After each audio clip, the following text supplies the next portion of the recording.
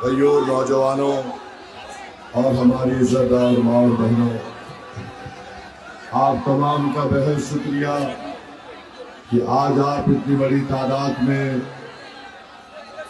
कोचादामन से मजलिस इत्तेहाद मुस्लिमीन के उम्मीदवार सरवर आलम की कामयाबी के लिए आप यहाँ पर जमा हुए हैं। मेरे अजीज दोस्तों और बुजुर्गों, मैं 2015 से सीमांचल को आ रहा हूँ और हर बार जब कभी भी हम आए और आते रहेंगे इंशाअल्लाह, हर बार हमारे मुखालिफिन ये पूछते हैं कि तुम हैदराबाद से यहाँ क्यों आते हो। चाहे बीजेपी मोदी हो, नीतीश कुमार हो, तेजस्वी हो या कांग्रेस के नेता हो, हम आपको बता रहे हैं, उनको नहीं कह रहे हैं कि हम में अगर लालच होता तो हम किसी नाम निहाद सेकुलर पार्टी के लिए जाकर इंतखाबी मुहिम चलाते। अगर हमको सत्ता की जरूरत होती तो हम कहीं मंत्री बनकर बैठ जाते। अगर हमको शोहरत पाना होता तो हम कुछ और काम करते। सच्चाई यह है कोचादामन और सीमांचल की जनता, जब मैं पहली मर्तबा 2015 को सीमांचल को आया, जो मैंने आपकी आंखों में इखलास देखा, आपकी जबानों से सच्चाई को सुना, उस वक्त मैंने तय कर लिया कि इस सरजमीन पर बसने वाले लोग ईमानदार हैं, सच बोलने वाले हैं, मजलूम हैं, सबसे ज्यादा इनका इस्तेसाल किया गया है। तो मैंने तय कर लिया कि इंशाअल्लाह ताला 2015 के इलेक्शन के नतीजे जो कुछ भी आएंगे, मैं ये लड़ाई को अपनी लड़ाई समझूंगा और जब तक अल्लाह मुझे जिंदा रखेगा मैं सीमांचल के इंसाफ की लड़ाई लड़ता रहूंगा। मैंने तय कर लिया। तीसरी बात यह है कि मुझे यहाँ पर इतनी मोहब्बत मिली, शायद हैदराबाद के बाद औरंगाबाद और सीमांचल की जनता ने मुझे इतनी अपनी मोहब्बतों से नवाजा। मैं आपका मखरूस था और हमेशा रहूंगा। ये मोहब्बत मैं हमेशा कहता हूं, आज भी कह रहा हूं, इस मोहब्बत को बरकरार रखो। आपने अपने दिल के किसी कोने में मुझे अपनी मोहब्बत से नवाजा, ये मेरे लिए दुनिया का सबसे कीमती खजाना है। मैं पूरी कोशिश करूंगा कि आपकी मोहब्बतों पर उतर सकूं और मैं इस बात का वादा कर रहा हूं कि इंशाअल्लाह ताला असदुद्दीन ओवैसी कभी सीमांचल की जनता के भरोसे को शर्मिंदा होने नहीं देगा। मेरे अजीज दोस्तों, एक बुजुर्गों, मैं आपको बताना चाह रहा हूं कि हमारे मजलिस के जलसों में हजारों की तादाद में जनता आती है, मैं उनका शुक्रगुजार हूं। मगर याद रखिए, अगर असदुद्दीन ओवैसी कुछ बोलता है जिसको आप पसंद करते हैं, वो अल्लाह का करम है। आपके दिलो दिमाग में जो बात छुपी हुई होती है, जिसको आप अपनी जबान पर लाकर जालिम हुक्मरानों को चीख मार कर सुनाना चाहते हैं, असदुद्दीन ओवैसी को अल्लाह ने उस नेमत से नवाजा कि तुम्हारे दिलो दिमाग में जो नाइंसाफी का तूफान उमड़ रहा है सीमांचल के ताल्लुक से, ओवैसी उसको अपनी जबान पर लाकर जालिमों तक पहुंचाने का काम करता है और मैं करता रहूंगा। अगर एक असदुद्दीन ओवैसी अकेला 540 के पार्लियामेंट में खड़े होकर मोदी, अमित शाह और नीतीश कुमार और राजद और कांग्रेस के एमपीज के सामने सीना तान कर खड़े होकर सच्चाई को बयान करता है, जुल्म को जुल्म कहता है, नाइंसाफी को नाइंसाफी कहता है, तो क्या 11 तारीख के दिन कोचादामन की जनता एक अदना जालिम के खिलाफ वोट देने के लिए तैयार होगी या नहीं होगी? इसका जवाब आपको देना है। अगर ओवैसी तुम्हारी हक की लड़ाई, तुम्हारी तर्जुमानी पार्लियामेंट में करता है, तो कोचादामन की जनता को 11 तारीख के दिन दलालों और जालिमों के खिलाफ अपना वोट देकर अपनी क़ियादत को बनाना है, अपने वोट से अपने नुमाइंदे को कामयाब करना है। और अगर मास्टर कल रात कोई मिठाई बांटते हैं तो मिठाई दबा के खाइए, मगर सुबह में पतंग छाप तोड़ दीजिए। अगर मास्टर के लोग डराने का काम करते हैं तो मैं ये जिम्मेदारी हमारे गुड्डू बाबू को देके जा रहा हूं। गुड्डू बाबू देख लेंगे उन लोगों को। और याद रखो, गुड्डू बाबू के साथ ओवैसी खड़ा है और अल्लाह हमको कामयाब करेगा इंशाअल्लाह। जालिम हारेगा, जालिम रुस्वा होगा और जालिम को बदतरीन शिकस्त आप लोग अल्लाह के फजलो करम से देंगे पतंग छाप को डालकर। ओवैसी पार्लियामेंट में जितनी तकारीर किया, कभी भी किसी पर हमने एहसान नहीं किया।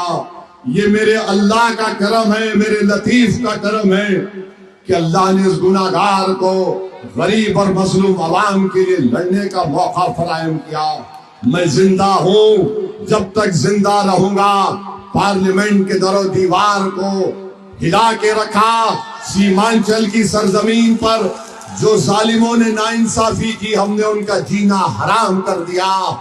आज देखो कोचा दामन की जनता एक ओवैसी को रोकने के लिए दिल्ली से मोदी अमित शाह आ रहा है, कांग्रेस के बड़े बड़े नेता भाई बहन आ रहे हैं, उत्तर प्रदेश से अखिलेश आ रहा है, सब आ रहे हैं। अरे याद रखो, एक मर्द मुजाहिद का मुकाबला ये कमजोर लोग कभी नहीं किए, ना कभी करेंगे इंशाअल्लाह ताला। किसी के जबान पर सीमांचल नहीं आता, कोई सीमांचल जिंदाबाद का नारा नहीं लगाता, कोई सीमांचल के माँ और बहनों की तकलीफ को बयान नहीं करता, कोई पलायन को रोकने की बात नहीं करता, कोई अस्पताल में डॉक्टर क्यों नहीं है बिठाने का बात नहीं करता, दवाइयों की बात नहीं करता, जमीन कटाओ की बात नहीं करते। किसान परेशान है, बच्चे परेशान हैं, इन सब की बात ओवैसी करता है। तो मोदी भी आ गया सीमांचल को, अमित शाह भी आ गया, कांग्रेस के दोनों भाई बहन आ गए, तेजस्वी आ गया, सब आ गए।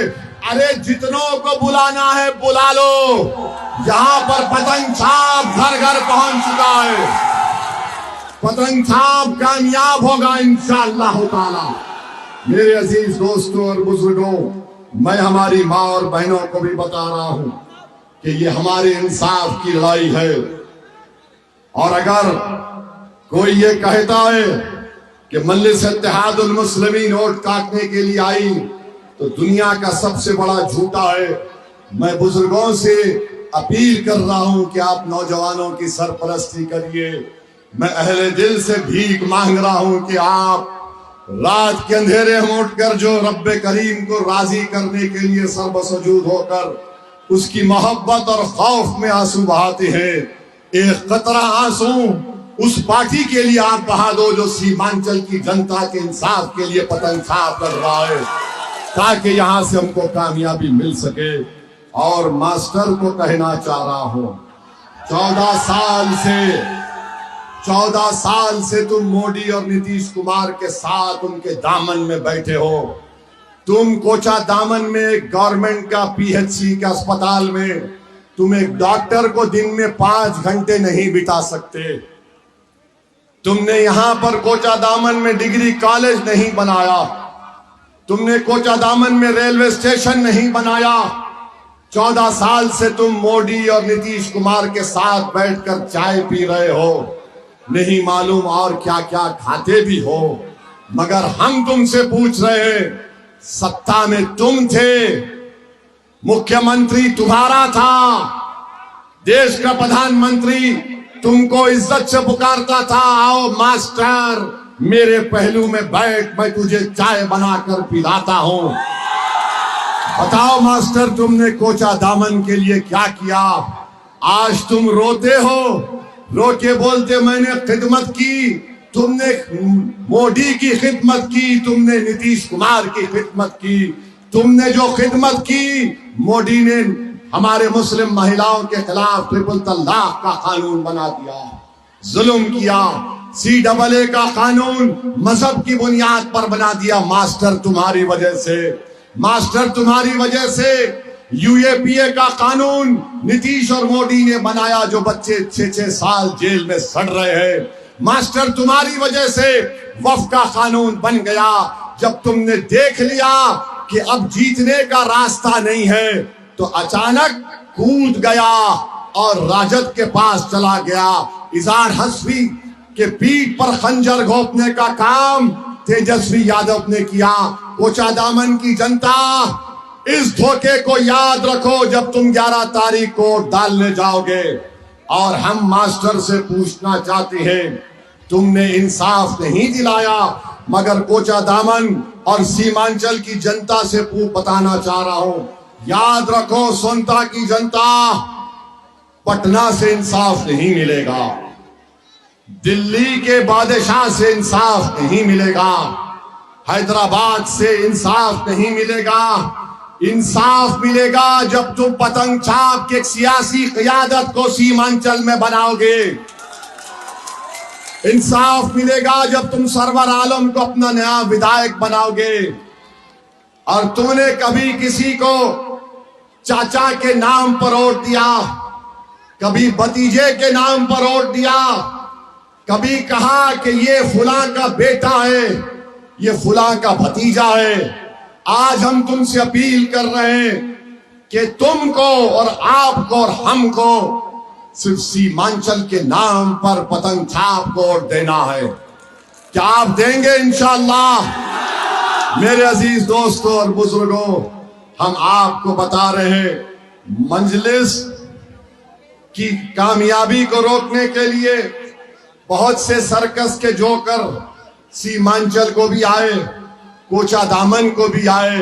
ये सर्कस के जोकर हैं, अपना कर्तव्य करके चले जाते। तुमने काम किया, सीमांचल की जनता 11 तारीख को पतंग छाप को बटन दबाएगी। मेरे अजीज दोस्तों और बुजुर्गों, निफाक और इंतशार का शिकार मत होइए। याद रखिए, ये मास्टर इलेक्शन हारेगा इंशाअल्लाह ताला। और तैयार हो जाइए, मास्टर दोबारा नीतीश और मोदी के पास चला जाएगा। ये नहीं रुकेगा। इसको वोट डालने का मतलब ये भी डूबेगा और आपको भी डूबेगा। तो इसलिए मास्टर की इस कुलाटी, मास्टर है ये, कहीं पर भी कुलाटी मार सकता है। और हम आपको बता रहे, हमारे सीमांचल के हिंदू भाइयों को बता रहे, मजलिस सीमांचल की लड़ाई लड़ रही है, क्षेत्र न्याय की लड़ाई लड़ रही है। आप इसमें हमारा साथ दीजिए। क्या भारत के संविधान में, नौजवानों तुम पढ़े लिखे हो, भारत के संविधान में दफा 38 उठाकर पढ़ो। दफा 38 कहती है कि लोगों में गुर्बत और नाइंसाफी को कम करना चाहिए, विकास होना चाहिए। ये भारत का संविधान की दफा 38 कहती है, 38(2). ये मजलिस काम कर रही है। मेरे अजीज दोस्तों और बुजुर्गों, आखिर में हम कहना चाहेंगे कि ईंट का जवाब पत्थर से नहीं होगा। ईंट का जवाब पत्थर से नहीं होगा। जिल्लत का जवाब पतंग छाप को वोट देकर होगा।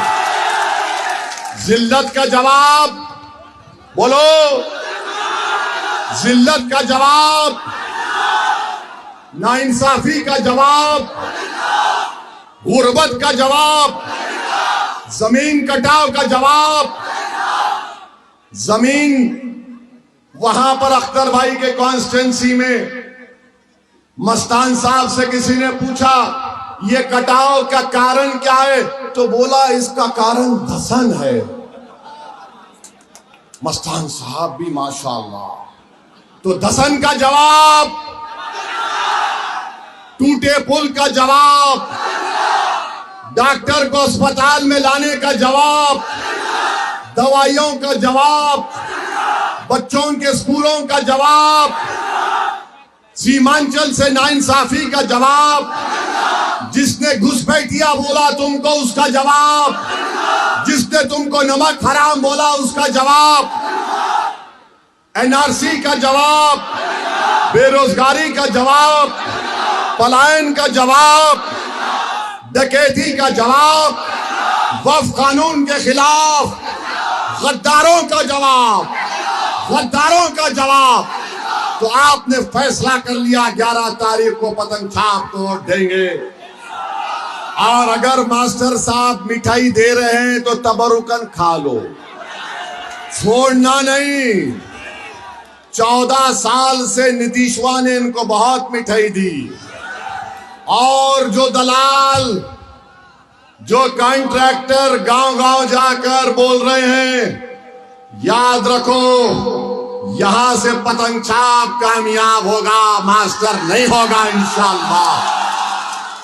तो लगाइए मेरे साथ नारा, सीमांचल जिंदाबाद, पतंग छाप जिंदाबाद, इजहार असफी जिंदाबाद, अख्तरुल ईमान जिंदाबाद, गुलाम सरवर जिंदाबाद, सुरजापुरी जिंदाबाद, कुलैया जिंदाबाद, शेरशाहवादी जिंदाबाद, अंसारी शेख जिंदाबाद, हमारा इत्तेहाद जिंदाबाद, हमारा इत्तेहाद जिंदाबाद। नारे तकबीर, नारे तकबीर। अल्लाह आपको सब रखे। अस्सलाम वालेकुम।